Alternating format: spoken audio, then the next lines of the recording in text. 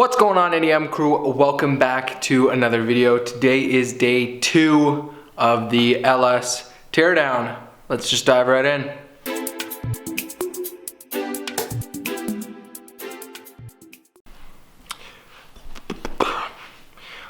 Alright guys, before we dive into the disassembly, there's some good news and there's some bad news. Actually, there's 2 pieces of bad news, I guess. I was planning on doing a live stream to actually tear down the rest of the motor. Couldn't get it working because, you know, I'm not good with technology.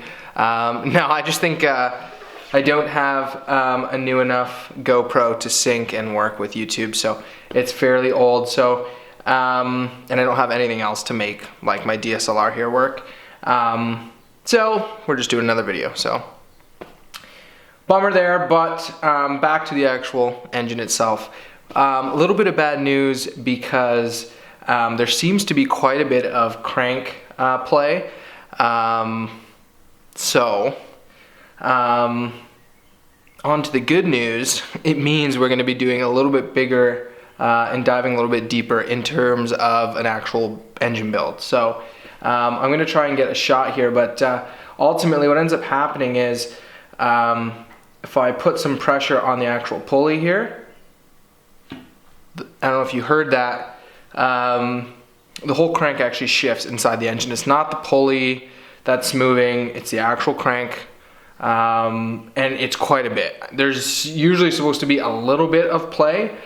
Some motors call for none, and this is quite a bit. So just to ensure that everything is healthy and there's no issues with the main bearings, we're going to dive a little bit deeper today. We're going to strip down the bottom end and we are going to put ourselves in a position where we have to do a little bit more of an in-depth build, which is kind of what I was planning on doing from the beginning, but I ended up finding this newer motor and I figured, hey, it probably doesn't need much in terms of the bottom end. Just for peace of mind, we're going to make sure that it's built correctly. And yeah, so let's just dive in, get this pulley off, and then we'll strip down the rest of the motor.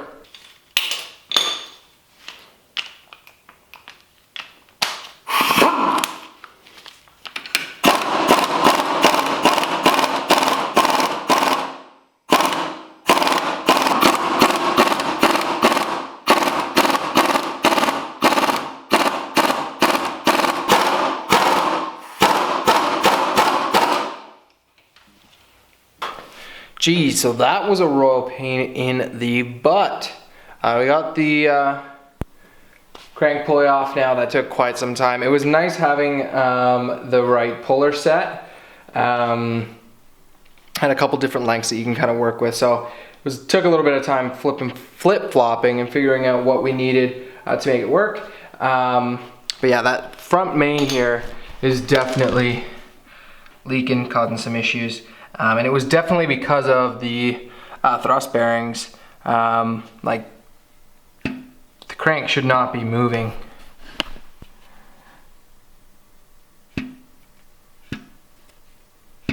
that much.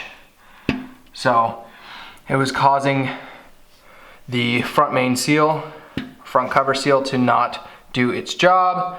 Glad we're actually going to be taking this down a little bit further. So what I'm going to do now, I'm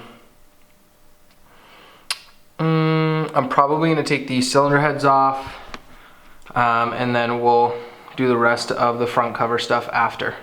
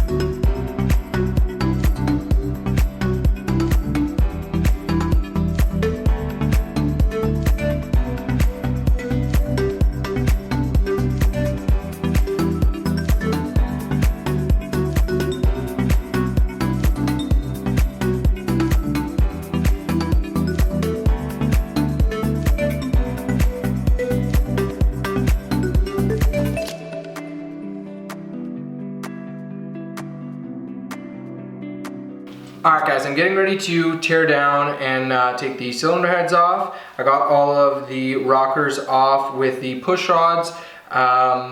Just as a little bit of precaution, I'm making sure that I keep them in the order that they were. Same with the push rods. I believe I'm going to be replacing the push rods though, and I'm going to be doing a upgraded trunnion kit for the rockers. We're not going to be replacing the rockers, but we'll do an upgraded trunnion kit. If you don't know what that is, we'll get into it later in the build. But it's always good if you're doing a build and you're just going to be refreshing things, just to make sure that they go back in the same spot that they came off from. So now I'm just taking off some of these little brackets here that attach to the cylinder head before we take them off. There's some grounding straps here and things. So just some of this little hardware. And if you're going to be keeping the block and not sending it to a machine shop to get cleaned up, when you take this valley cover off, do your best to keep it clean. It's very difficult. I mean, I vacuumed it out a couple times, but there's still some little bit of dirt and debris that went inside the engine. So I'm really happy that I decided that we're going to be rebuilding the block as well. Even if it's just a quick refresh, just new bearings, clean everything off, get it decked, and that's it. Put it back together. At least you know that there's not going to be any dirt and debris and stuff in there that's going to cause or could cause issues. So let's just start taking off the cylinder heads. We're going to take and unbolt this in the pattern in which it was torqued, so the reverse pattern. I don't know if this is 100% totally necessary, but we're going to do it anyways. So yeah, let's just dive right in. So, small ones are 10 mils, the big ones are 15s. Okay? So we're going to go take this off.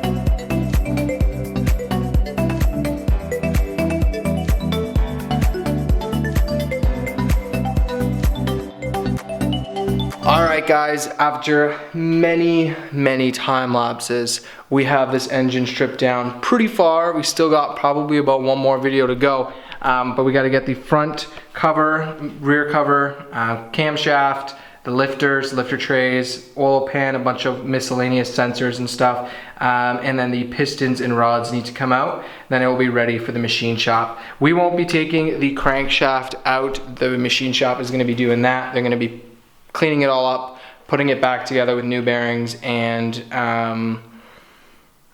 new main studs. So they'll be doing all that. Definitely took a lot longer than I thought. I didn't realize how dirty and greasy this is. I forgot. Obviously it's a used engine, so it's not going to be clean, but I'm looking forward to once everything comes back from the machine shop and putting it back together, because everything will be pristine. That being said, I gotta order a bunch of stuff. I gotta order gaskets, I gotta order, look into cam, look into lifters, look into bunch of other things. I don't know how far I'm gonna go with it, but we'll see.